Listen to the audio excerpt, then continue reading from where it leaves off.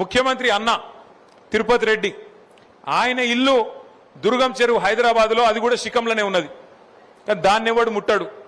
అది బఫర్ జోన్లు, శిఖంలు ఇవన్నీ గరీబోళ్ళకే తప్ప పెద్దోళ్ళకు ఉండయి. మంత్రి పొంగులేటి శ్రీనివాసరెడ్డి ఆయనది కూడా శిఖంలోనే ఉన్నది, హుస్సేన్ సాగర్ మన ఉస్మాన్ సాగర్లా, దాన్ని ఎవడు ముట్టాడు. డాక్టర్ వివేక్ మంత్రి ఆయనది కూడా అందులోనే ఉన్నది శిఖంలా, దాన్ని ఎవడు ముట్టాడు. పట్నం మహేందర్ రెడ్డి చెరువు మధ్యలో కట్టిండు గెస్ట్ హౌస్, దాన్ని ముట్టే దమ్మెవనికి లేదు. కానీ గరీబోని ఇల్లు మాత్రం కొద్దిగా ఇటు అటు ఉన్నా పోవాలి, బుల్డోజర్ తీసుకుపోవాలి, కూలగొట్టాలి, ఎవరికి చెప్పుకుంటావో చెప్పుకోపో అని చెప్పి మెడలు పట్టి నువ్వు కవితలు వారేయాలి. ఇందిరమ్మ రాజ్యం అంటే ఇండ్లు కూలగొట్టుడేనా? ఇందిరమ్మ రాజ్యం అంటే గరీబోని మెడలు పట్టి నూకేసుడేనా? ఆలోచన చేయండి. నువ్వు ఏం చెప్పొచ్చినావు అధికారులకు? ఎన్ని మాటలు చెప్పినావు? 6 గ్యారంటీలు అన్నావు, 100 రోజుల్లో చేస్తా అన్నావు.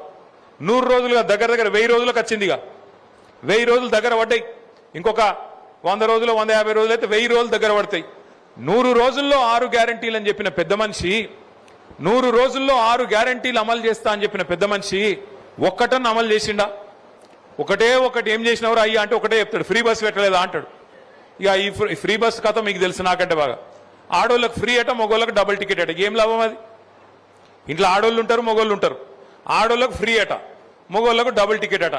ఇదివరకు మహిళలు ఎక్కితే కనీసం గౌరవించి ఇవ్వడం లేదు, సీట్ ఇస్తుండే. ఇప్పుడు ఉన్నది ఆ పరిస్థితి. ఆ ఉన్న సీట్ల కోసమే కొట్లాడుకునుడు, గుద్దుకునుడు గా పరిస్థితి వచ్చింది ఫ్రీ బస్సు స్కీమ్తోని.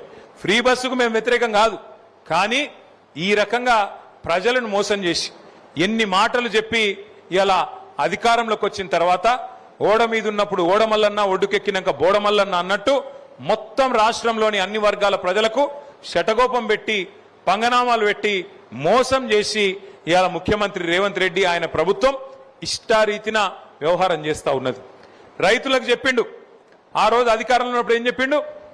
3వ పంటకు కూడా రైతు బంద్ వేయాలి అన్నాడు. సంవత్సరంలో 2 పంటలు కాదు 3 పంటలు పండించేటోళ్ళు కూడా ఉంటారు, మరి 3వ పంటకు ఏవా కేసీఆర్ అని చెప్పి పెద్ద డైలాగులు కొట్టిండు రేవంత్ రెడ్డి.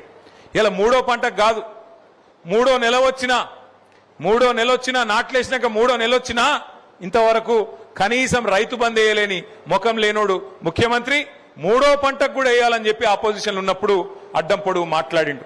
యాద్ తెచ్చుకోండి మీరేం మాట్లాడిండు. నవంబర్లో తీసుకుంటే 10,000 వస్తుంది, డిసెంబర్లో మేము రాగానే తీసుకుంటే 15,000 ఇస్తా, నేను అధికారంలోకి ఎక్కిన మరుక్షణమే 15,000 రూపాయలు మీకు ఇస్తా అని చెప్పిండు.